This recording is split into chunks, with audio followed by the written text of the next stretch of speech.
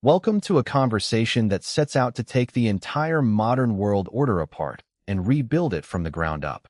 On this episode of Figuring Out, Shamani sits down with Professor Jiang Xueqin, a geopolitics analyst and Yale graduate who argues that almost everything we are told about how power works is an illusion. His central claim is that the visible world of presidents, elections, and headlines is only the surface, and that beneath it runs a quieter machinery of visionaries, financiers, and politicians who do not control history so much as accelerate it. What follows is his case, laid out in full, his reading of Trump, his theory of empires in decline, his three-pillar map of American strategy, and his forecast that the next 50 years will bring not a new superpower, but global chaos. A word before we begin.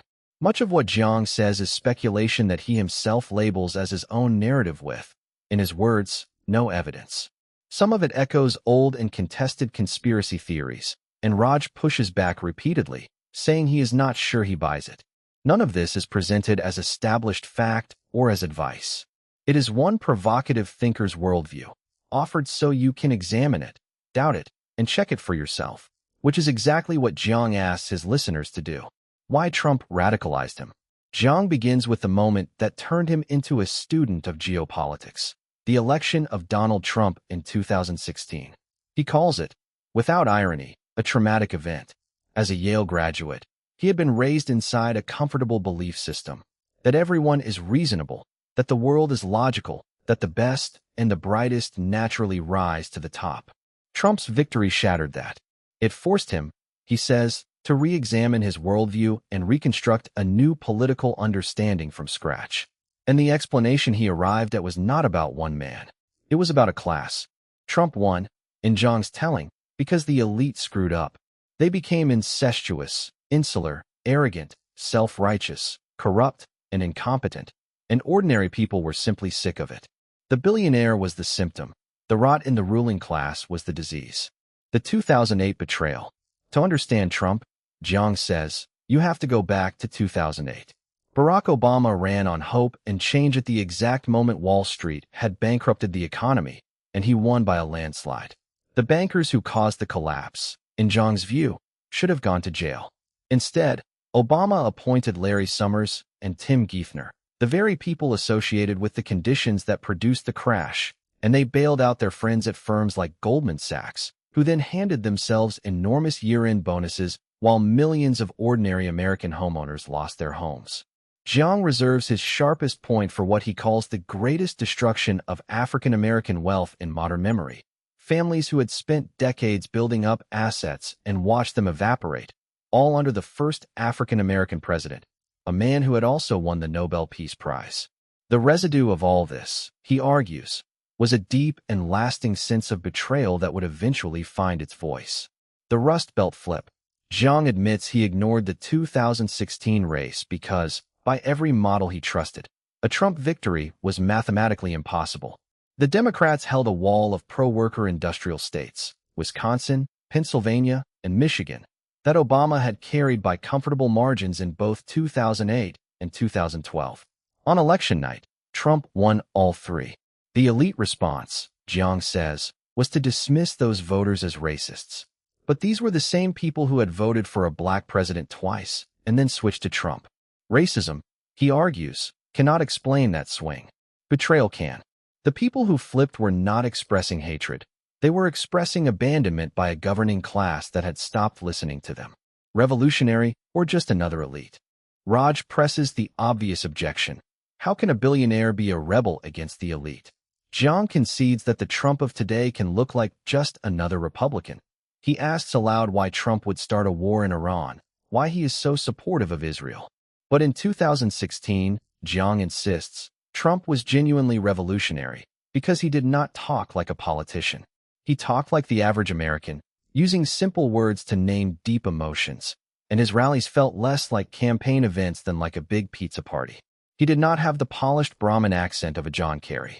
Jiang recalls the White House Correspondents' Dinner around 2011, where Obama publicly mocked Trump, payback for Trump's false birther claim that Obama had been born in Kenya, and how Trump boycotted the event for years afterward. He points to the Billy Bush tape, the grab them scandal that would have ended almost any other career, which Trump simply survived. Out of all this, Jiang says, a certain kind of voter saw a fighter, a man persecuted by the elite, and some came to see him as a savior sent to make America great again. MAGA as a cult. From there, Jiang makes a harder claim, that MAGA has curdled into something like a cult, and that the QAnon movement was, according to material he attributes to the Epstein files, deliberately orchestrated by Jeffrey Epstein and Steve Bannon. The gospel of QAnon, as he describes it, is that Washington is secretly run by degenerate insiders who form a hidden deep state, and that Trump is a chosen one playing five-dimensional chess, pretending to cooperate with that establishment only to betray it later in a second American Revolution. The genius of the story, Jiang argues, is that it is unfalsifiable. Even when Trump does things that look like capitulation to the establishment, attacking Iran, backing Israel, believers can always tell themselves it is part of the long con. This, Jiang says, is contested interpretation, not proven fact, but he offers it as the emotional engine that keeps the movement loyal no matter what its leader actually does. The Hitler pattern. Jiang studies what he calls historical patterns, and he argues that great men, Julius Caesar, Alexander, Napoleon, Stalin, Hitler, rarely rise alone. They are elevated by elite forces that think they can use them.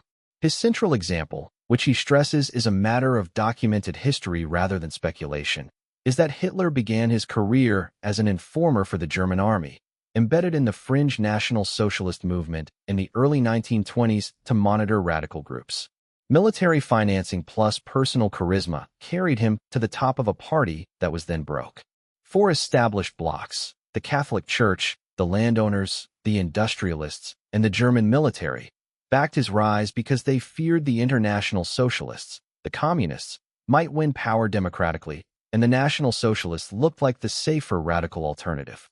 Once inside, Jiang says, Hitler turned on his sponsors, divided them, and let the party swallow the state. He maps the pattern onto the present carefully and speculatively. A Zionist elite that imagines Trump is a useful pawn for regime change in the Middle East, while at home a program like Project 2025 builds parallel institutions to replace the existing bureaucracy, and an agency like IC begins to look, in his provocative phrasing, like a personal enforcement arm.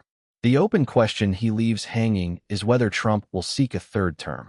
The Epstein mystery. Jiang is fascinated less by Epstein's crimes than by his improbable ascent. Here he sticks largely to the documented record. Epstein taught math at the elite Dalton School, hired by headmaster Donald Barr, father of the future Attorney General Bill Barr, a family with intelligence connections. He moved to Bear Stearns, then worked for Douglas Lease, a British arms dealer linked to the Iran-Contra affair. Then the strangest step, David Rockefeller, chairman of Chase Manhattan Bank, invited Epstein onto the Trilateral Commission at the age of 30. Epstein's own explanation, that he was a math wizard, Jiang calls plainly absurd. And the deepest riddle, he says, is that in 1991 the Ohio billionaire and Victoria's Secret owner Les Wexner signed over full power of attorney to Epstein, effectively handing a near stranger control over his fortune and affairs. Who, Jiang keeps asking, was this man really working for? Reverse courtship and code words. Jiang inverts the usual Epstein story. The received version says powerful men were lured into his orbit. Jiang argues the powerful were chasing him. He claims figures like Bill Gates, Bill Clinton, and Elon Musk sought Epstein out, and that when men like Reid Hoffman and Gates were asked why, the answer was money for their charities, billionaires, in his phrase, begging Epstein for funds. He points to strange recurring language in the released files, coded talk of pizza and grape soda, and to Epstein's own boasts, telling Peter Thiel that he represented the Rothschilds, and writing to that family, placing himself among three great European banking dynasties. Jiang offers all of this not as proof of anything specific, but as evidence that Epstein was a front for interests far larger than himself. Occultists, financiers, politicians. Here Jiang lays out the framework that holds his entire worldview together, and it becomes his refrain. He rejects the crude idea of a single secret society ruling everything for centuries. Instead, he proposes a division of labor. Every civilization, he argues, is obsessed with the occult, astrology, alchemy, sacred geometry, questions of where we come from and where we are going, and a subset of people pursue eschatology, the study of how the world ends. Those who believe they know the divine plan, he says, tend to be more energetic and more fanatical because they think they can see the finish line. These are the occultists, who care only for the spiritual. Alongside them are the financiers, who care only for the material but crave immortality and meaning, and who, he jokes, all keep an astrologer or a numerologist. The two ally in secret societies, and to make their visions real they co-opt politics, identifying potential savior figures early. He names Trump, Putin, even J.D. Vance. His formula, which he repeats like a mantra: the occultists imagine the world, the financiers promote it, and the politicians go and implement it. The Rebbe and the three conditions. To illustrate the theory, Jiang turns to the figure of Rebbe Menachem Mendel Schneerson, for more than 50 years the leader of the Hasidic movement, Chabad Lubavitch, which he compares to the mystical Sufis of the Islamic world. Their wisdom, he says, draws on the Kabbalah, a mystical tradition he describes as weaving together strands from many older systems to decode scripture. He recounts its cosmology, a lonely, all-encompassing God who creates a cosmic being whose ego breaks the world, scattering the divine spark, so that humanity's task is to gather those sparks and repair creation. Where he grows most provocative is in claiming that Schneerson read this mysticism as a literal political program with three conditions to bring about the end and repair of the world: gather the entire Jewish diaspora back to Jerusalem in strict observance, achieve a greater Israel stretching across the region, and rebuild the temple in Jerusalem. This is Jiang's contested interpretation of a living religious tradition, and it is worth holding it at arm's length. It is also the hinge on which the rest of his geopolitics turns. Greater Israel and the wars of the region. From those three conditions, Jiang derives a reading of Middle East conflict. He says biblical literalists interpret God's promise to Abraham as a vast territory reaching from the Nile to the Euphrates and into Anatolia, effectively the whole region. And he claims this ambition explains the pattern of aggression he sees: pressure on Lebanon, threats toward Turkey and Egypt, and above all the drive to have the United States destroy Iran. It is important to say clearly that this is Jiang's speculative framing, that it attributes a single hidden motive to complex events with many causes, and that it echoes narratives others have used in bad faith. He offers it as his lens. Raj, notably, keeps signaling that he is listening skeptically rather than agreeing. Accelerating, not controlling. This is the distinction Jiang insists on more than any other, and it is what separates his theory, in his mind, from ordinary conspiracy thinking. These forces, he says, do not control or manipulate events. That would be God's role. They only accelerate what is already coming. As someone who studies the occult, he claims to see the future in broad strokes. Empires always fight stupid wars overseas, always cannibalize their allies, always polarize politically, always collapse economically. Knowing that, the only game worth playing is to place your people in the right positions to speed the process toward your vision. He explicitly denies the crude claim that Israel controls America. All anyone is doing, he says, is accelerating events that were going to happen anyway, a subtle thing. And what is really unfolding beneath all the noise, in his reading, is simply an empire in decline. 3 testable predictions. To his credit, Jiang stakes his theory on falsifiable ground. If these predictions fail, he says, you are free to dismiss everything as nonsense. First, that Trump gets a 3rd term. He walks through the constitutional limit of 2 terms and argues there is no explicit bar on a former president running as vice president and then ascending when the president resigns, or on the use of emergency powers to suspend the ordinary rules. He calls a 3rd term insane, dangerous, and evil, but not, in his reading, strictly illegal, and predicts it would trigger civil conflict in America. We will know, he says, within about 2 years. Second, that the United States puts boots on the ground in Iran, a full invasion that would require a national draft and, he predicts, provoke a Vietnam-scale domestic revolt. Third, that the Al-Aqsa Mosque is destroyed to clear the ground for rebuilding the temple. These are grave and, to most observers, wildly improbable claims. Jiang offers them precisely as the tests by which his whole framework should be judged. Why America cannot be beaten. Jiang then shifts from the hidden to the concrete, and here his analysis is more conventional. Even the entire world combined, he argues, could not defeat the United States for 3 reasons. First, geography. 2 oceans and the world's greatest navy and air force make an invasion of the Western Hemisphere effectively impossible. Second, self-sufficiency. America and its hemisphere hold everything a modern industrial economy needs, so no one can blockade the United States, though the United States can blockade nearly everyone else. Third, an armed and individualist population. To conquer America, you would have to fight not just its military, but its citizens. And, in his phrase, everyone has a gun, producing an unwinnable insurgency. These structural advantages, he says, are the foundation on which the real American strategy is built. The 3-pillar strategy. That strategy, Jiang argues, is written down in plain sight in the National Defense Strategy, and it rests on 3 pillars.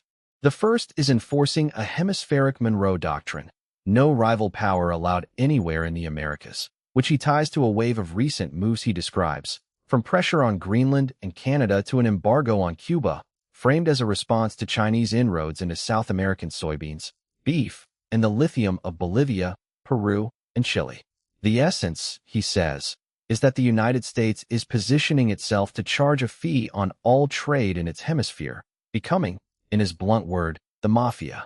The second pillar is control of the world's maritime choke points, the Strait of Malacca above all, along with Gibraltar, the Arctic route, the Cape of Good Hope, and the Strait of Hormuz, because whoever controls the sea lanes can tax the cheapest trade on Earth, especially China's. The third pillar is manufacturing conflict across Eurasia, so that Russia, China, Iran, India, Europe, and the Middle East can never simply build railways and trade among themselves into one bloc that ignores America. Keep them fighting, he says, and every nation stays dependent on the Western Hemisphere for arms, resources, and financing. The proxy wars and the weak alliance. Jiang extends the third pillar into specific theaters. In East Asia, he argues, America prefers to fight China through Japan rather than directly, encouraging Tokyo to sign military agreements with the Philippines, India, and Australia to form a ring around China, while the United States plays the peace-loving godfather, hiding the true cost of the order it enforces. And when Raj asks which strong-looking alliance is actually closest to breaking, Jiang answers that China and Russia are weaker together than they appear. He points to the power of Siberia pipeline that was widely expected to be signed and was not, ostensibly overpricing but really, he thinks, over deeper mistrust. His logic is geographic and psychological. China shares a long border with a historically aggressive Russia, while America is far across the ocean. So, he says, he is more wary of the bear than of the eagle. And Europe, for the same reasons, fears nearby Russia more than distant America. Historical animosities, he notes, cannot be dissolved by logic, and a distant power can always exploit them, just as the United States, in his reading, entered the Second World War late and emerged on top, attacking Iran to save the dollar. Jiang argues the point of striking Iran is not to defeat Iran, but to save the dollar. Conflict lets America sell 3 things at once: arms, energy, and financing, and nations buy all 3 by borrowing dollars, which recycles power back to the center. Destabilize the Gulf, he says, and American allies can no longer reliably sell their own oil and must buy energy and weapons from the United States on American terms. He points to a claim that India's dependence on the United States jumped from around 16% to roughly 50% after the Iran escalation, and folds it into the same design. He goes further, suggesting darkly that attacks on rival liquefied natural gas facilities leave America as the only reliable supplier able to name its price. This is among his more sweeping and unverified assertions, and it deserves the same skepticism Raj brings to it. But it captures the core of his economic argument. The wars are, at bottom, about keeping the world hooked on the dollar. The dominoes of decline. Jiang's model of imperial decline is a chain of falling dominoes, and it is perhaps the most coherent part of his case. It begins with gerontocracy, the rule of the very old who refuse to give up power and, in doing so, choke off the mobility that would let the young build families. Then comes bureaucracy, as once dynamic institutions ossify into places that exist to do as little as possible and collect a pension. Then a corrupted meritocracy, in which the successful come to believe they earned everything and the poor deserve nothing, breeding inequality and contempt. Then financialization, the drift from making things to trading paper, with Wall Street more powerful than ever and speculation everywhere. Then elite overproduction, too many rich and long-lived people fighting over too few seats of power, which produces political polarization so total that the two sides will not even speak. From there, the empire turns outward, fighting wars abroad and cannibalizing its own allies through tariffs and forced military spending. And then, overstretched, it cracks at home. Allies rebel, troops are sent, a draft is called, cities revolt, and finally the economy collapses because everyone is fighting and no one is working. When one domino falls, he says, every domino falls. The eschatologists do not push the dominoes. They simply know the sequence and position themselves to profit from it. 50 years of chaos. The conclusion Jiang draws is bleak, and, he insists, the whole point. America's fall does not mean China or Russia takes over. It means that the peace the American order currently guarantees disappears, and the world descends into a scramble over water, oil, and food, with mass migration northward, environmental catastrophe, and revolutions everywhere. He predicts, flatly, that the next 50 years will be complete global chaos, not merely economic, but cultural, social, and political, and that when America falls, China and Russia fall with it, because the whole system is interlocked. He reaches for the Bronze Age collapse of roughly 3,000 years ago as his precedent, when a tightly connected world of Egypt, Mesopotamia, Mycenaean Greece, and Anatolia unraveled through a cascade of droughts, earthquakes, and wars into a centuries-long dark age. Into the vacuum, he says, competing visions are already positioning themselves. A network of corporate city-states dreamed up by tech founders, a revived and unified church offering the comfort of a new medieval order, and the eschatological project he has been describing all along. He does not claim to know which will win. He claims only that the nation-state as we know it is ending. What an ordinary person should do. Jiang ends not with despair, but with instruction, and it is strikingly humane after 2 hours of doom. He gives 3 steps. First, educate yourself and fact-check everything he has said. Doubt him. Look up the defense contractors and the strategy documents. Verify the claims. Second, reflect on what actually matters to you. If only money matters, he warns, you will struggle in a world heading toward economic collapse. But if family, community, and friends matter, then you have something to fight for, and that becomes your superpower. Third, connect with other people, because that is how you learn and how you find solutions. Do all 3, he says, and you will not merely survive the coming turbulence, you will thrive in it. And when Raj asks for the single biggest lie the mainstream will not question, Jiang's answer is simple: trust the elite. The comforting story that the powerful got there because they are the best and the brightest, and that if you just trust the science and trust the news, everything will be fine. That, he says, is the illusion at the heart of the whole world order, and seeing through it is where thinking for yourself begins.